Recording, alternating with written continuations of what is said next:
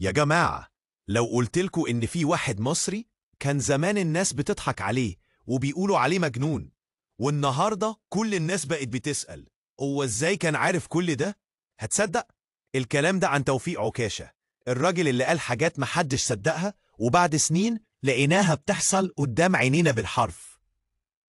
طب ده كان بيجيب الكلام ده منين؟ حد علمه؟ مخاوي؟ ساحر؟ ولا في سر؟ وفي الفيديو ده أنا هختصر لك لقاء مدته ساعتين مع توفيق عكاشة، وهقول لك الخلاصة في 3 دقايق بس، من غير ما تضيع وقتك ومن غير ما تتفرج على كلام كتير. كل كلمة هتسمعها هنا هتخلي الصورة عندك أوضح. اللي الناس مش واخدة بالها منه إن توفيق عكاشة مش مجرد إعلامي، ده كان ظاهرة. بدأ رحلته في التلفزيون المصري سنة 1991، وبعدين أسس قناة الفراعين، القناة اللي كانت في عزها والناس بتسهر علشان تسمعه وتتابع تحليلاته الغريبة اللي كانت دايما خارجة بره الصندوق. بس فجأة اختفى. في الأول الدولة شالته، وبعدين هو بنفسه رفض يرجع، وقناته اتقفلت بقرار إداري. بيقول لك كانت خلافات مع السلطة من سنة 2015، مش لأنه بيشتم ولا بيعارض، لا هو بس كان بينصح. لكن في وقت معين النصيحة بقت ممنوعة، حتى البرلمان طردوه بحجة إنه استضاف السفير الإسرائيلي، مع إنه نسق مع جهات سيادية قبل ما يعمل كده. وهو قالها بوضوح، دي كانت واجهة علشان يشيلوني بس، واللي فاهم فاهم. الناس فاكرة إن توفيق عكاشة بيتكلم بخيال، بس الحقيقة إنه بيقول إن كل اللي بيقوله مبني على علم ومعرفة. من نهاية التسعينات بدأ يدرس التاريخ والأديان، خصوصا التوراة والقرآن، وبدأ يدمج ده مع السياسة والتحليل. علمه كل ده مين؟ الدكتور يوسف والي. نفس يوسف والي اللي كان بيكتب تقارير يومية لمبارك فيها تحليلات مستقبلية، واللي مش من رجال جمال مبارك، وكان دايما بيركز على ان كل اللي بيحصل حوالينا مخطط، واننا لازم نبص ابعد من الاخبار. مثلا زمان قال ان جمال مبارك عمره ما كان عايز يحكم، وان مبارك بنفسه بلغ يوسف والي انه مش هيرشح ابنه، وفعلا التاريخ اثبت ده.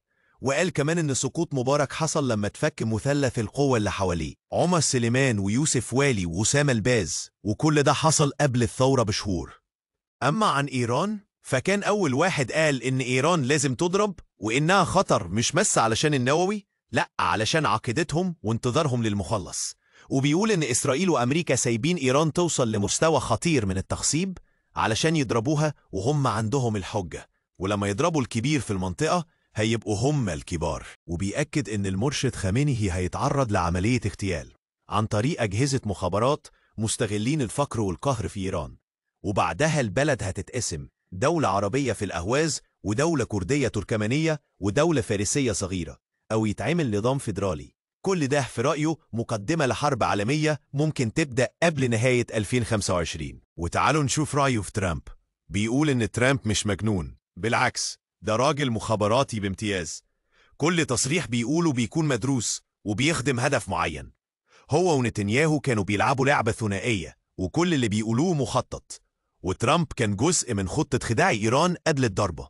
وسوريا بيقول إن اللي حصل فيها مجرد مقدمة، وإن بشار الأسد هيمشي وهيجي نظام مدني بنظام فيدرالي.